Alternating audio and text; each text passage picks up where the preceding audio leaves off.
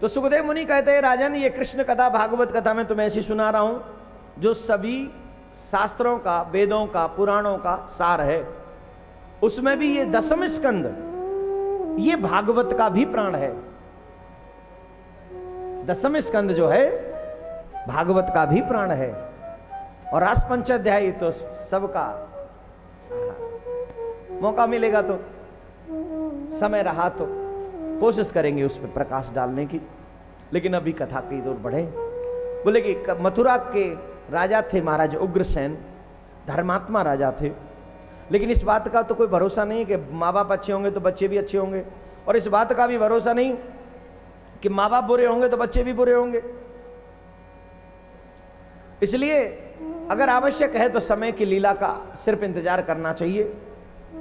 उग्रसेन बहुत धर्मात्मा राजा थे, यज्ञ होम तप व्रत बहुत किया करते थे। लेकिन उनके जो पुत्र थे कंस,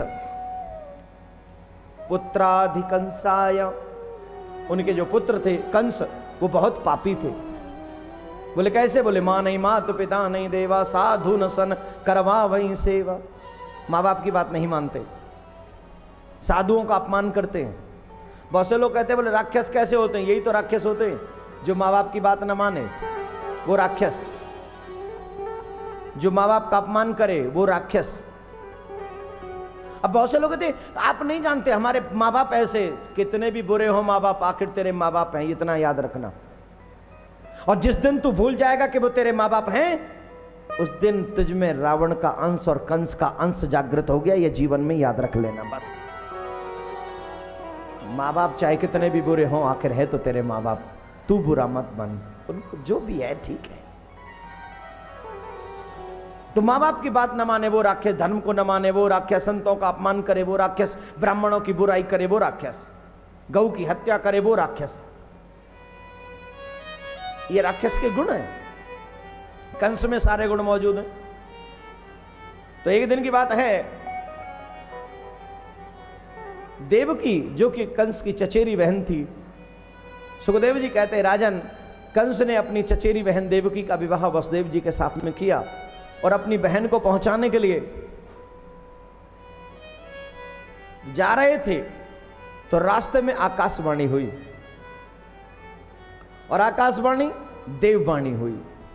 और देववाणी में कहा गया, जितना तू खुश है ना तेरी बहन के ब्याह में, जितना तू आनंद प्रफुल्लित हो रहा है, अभिमानी हो रहा है अपनी बहन के विवाह में कंस, ये मत भूलना किसी का 8वां पुत्र तेरा काल होगा। और जैसे ही सुना कि मेरी बहन का पुत्र मेरा काल होगा, सुखदेव जी कहते हैं राजन, कंस नीचे उतरा, सोच रहा है अब क्या करूं। और सोच रहा है क्या करूं। उसी समय दुष्ट लोगों, बुरे लोग बुरा सोचते हैं और अच्छे लोग अच्छा सोचते हैं। उसके मन में विचार आया, देवकी ही नहीं होगी तो पुत्र कहां से होगा, क्यों ना मैं देवकी को ही समाप्त कर दूं। ये सोचकर कंस ने देवकी के केस पकड़े और रथ से नीचे उतार लिया। हाथ में खड्ग ली, और हाथ में खड्ग लेकर जब मारने लगे तो वसुदेव जी ने रोका। इस्लांग निगुणासुर भगवान भोजिया सस्कर सकतम भग्नि हन्यात स्त्री मुदवाह पर्वणि। एक स्त्री पर शस्त्र का प्रहार करना उचित नहीं है। जो निर्बल है उस पर बल का प्रहार करना ही अच्छा नहीं है। अगर तुम बलवान हो, बलवान हो, वीर हो, तो बलवान पर शस्त्र उठाओ, निर्बल पर क्यों? ये निर्बल स्त्री है, इस पे तुम हाथ उठा रहे हो, क्यों मारना चाहते हो? बोले तुमने सुना नहीं इसका 8वां पुत्र मेरा काल होगा। बोले मरने के डर से इसको मार रहे हो? बोले हाँ और क्या। मृत्युर्जन्म बताम वीर देहि न सह जायते अगंबार व्रतांते व मृत्युर प्राणीर नाम ध्रुवा। मौत से डर गए? कौन कौन डरता है मौत से? हाथ उठाओ। एक प्रभु मेरे पास में आए, बोले ठाकुर जी मुझे मरने से डर नहीं लगता। मैंने अच्छी बात। बोले मरने के बाद जब जलाते ना उससे डर लगता है।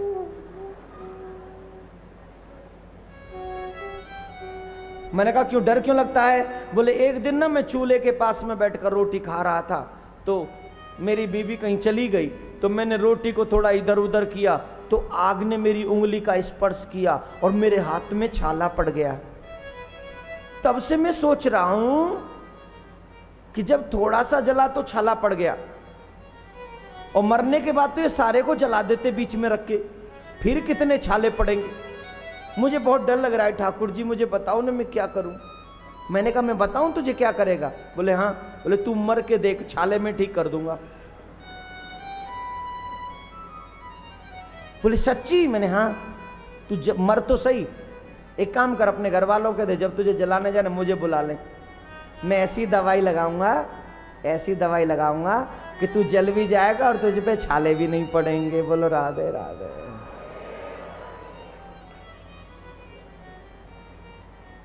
क्यों, तुम्हें भी चाहिए मल्लम? अरे मर के देखो, तकलीफ नहीं होती कसम से। मरते समय थोड़ी सी तकलीफ होती है, 2-4 सेकंड या 1-आध मिनट, जब तक वो आत्माराम परमात्मा में न जाए या कहीं मैनेजर के पास न जाए, जाना तो पड़ेगा, तो थोड़ी सी तकलीफ उस समय होती है। हाँ, और क्यों। तो मृत्यु से नहीं डरना चाहिए। मृत्यु तो पुनर्जन्म है। मृत्यु प्राणी नाम ध्रुव, ध्रुव सत्य है। मौत के लिए डरना, इसका मतलब है बचपन के लिए डरना, इसका मतलब है जन्म के लिए डरना, इसका मतलब है न्यूनतम के लिए डरना। मौत नहीं होगी तो जन्म नहीं होगा। और एक छोटी सी बात मुझे बता दीजिए, सभी बता दीजिए, सब मिल के बताना, बुढ़ापा किसी को अच्छा लगता है? बोली, जो 2-4 बुजुर्ग हो गए जरा बता ही दो। वैसे तो कोई होता नहीं आजकल बुजुर्ग, फिर भी जो गलती से हो गए हो, बाई मिस्टेक हो गए, किसी को लगता है अच्छा बुढ़ापा? बुढ़ापा अच्छा लगता है? बुढ़ापा अच्छा लगता है? भगवान आपको बूढ़ा बना के रखे ऐसे ही। अभी तो बुढ़ापे की शुरुआत है ताऊ। वादना का होगा जब पाम चलेंगे ना, वादना का होगा हाथ चलेंगे ना, वादना का होगा जब आंख देखेंगी ना, वादना का होगा जब मुंह में कछु चलेगो ना, वादना का होगा जब कछु होगा तो हो पर कछु भी ना होगा। आंखें देख नहीं सकती, कान सुन नहीं सकते, हाथ काम नहीं कर सकते, पांव। उस समय तकलीफ होती है बुढ़ापे में। उस समय एक ही बात कहते हैं, हे भगवान अब तो मैनू चक ले, की कर ले, मैनू हुण क्यों चक ले, हुण की प्रॉब्लम है चक ले। क्योंकि जितना जीवन जरूरी है उतना मौत भी जरूरी है, या मैं कहूं जीवन से ज्यादा मौत जरूरी है। और एक और बात ध्यान रखना, जब व्यक्ति जन्म लेता उससे पहले मौत जन्म लेती है, बाद में नहीं। बाद वाली बात तो ये आई ना आई, भगवान जीवन बाद में देता है, पहले मौत पहुंचा जा, सब निश्चित होता है। मौत, समय और वजह, 3 चीज पहले निश्चित हो जाती हैं। व्यक्ति के आने से पहले 3 चीज निश्चित होती हैं, मौत, स्थान और वजह। वजह मीन्स कारण, किस वजह से इसकी मौत होगी।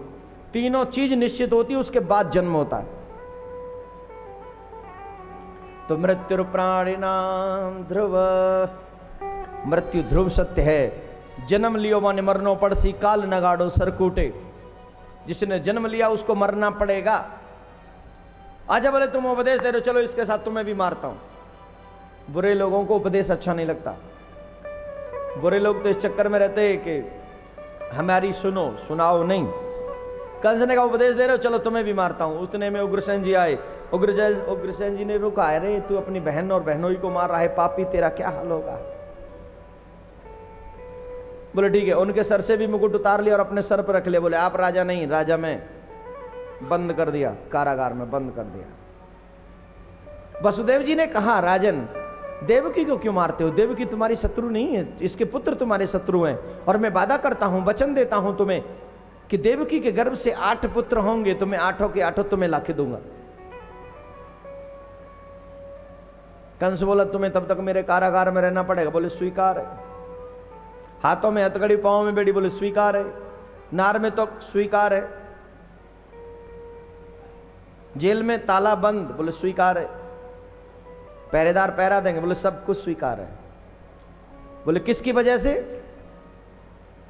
किसकी वजह से? बोले सिर्फ धर्म की रक्षा करने के लिए। हमें सिर्फ धर्म की रक्षा करनी है, और जब धर्म की रक्षा करनी है तो धर्म की खातिर राजा कंस की बात मानी वसुदेव ने, और वसुदेव को कारागार में बंद कर दिया, देवकी को कारागार में बंद कर दिया। बोलो राधे राधे। जोर से बोलना पड़ेगा, और जोर से बोलना पड़ेगा। इसी को कहते समय की मार। ध्यान रखेंगे श्रोतागण, बहुत से लोगों पर अच्छा समय होता है, लेकिन वो अभिमानी हो जाते हैं और भूल जाते हैं कि कभी बुरा समय भी आ सकता है। अगर आज अच्छा समय है ना, तो अभिमान में मत खोना, कल बुरे समय से डरना, क्योंकि समय परिवर्तनशील है। आज तेरा है तो कल किसी और का होगा। ये कल तेरा नहीं था, आज तेरा है। आज तेरा है तो कल किसी और का होगा। इसलिए जो आज है उसका उपयोग करो, और जो नहीं है उसे भूल जाओ। इसलिए जीवन पर्यंत तक वसुदेव और देवकी, जो कि कृष्ण के माता पिता हैं, कितना बुरा समय है इनके ऊपर। अभी अभी विवाह हुआ है, देवकी ससुराल पहुंची नहीं है, फूलों की सेज पर कदम नहीं रखा, उससे पहले कांटों की सेज कारागार में प्रवेश किया। यह समय की मार नहीं तो क्या है? और एक और बात याद रखना, जिसने भगवान कृष्ण के माँ बाप को नहीं छोड़ा हो समय ने, वो आपको छोड़ेगा? है? समय किसी को भी नहीं छोड़ता। कृष्ण को भी नहीं छोड़ा, राम को भी नहीं छोड़ा, बड़े बड़े युग पुरुषों को नहीं छोड़ा, तो फिर तुम तो और हम तो किसी खेत की कुछ भी नहीं है। राधे राधे बोलना पड़ेगा, जोर से बोलना पड़ेगा। इसलिए अच्छे समय पर भी अच्छा उपयोग करो, समय का अच्छा उपयोग करो।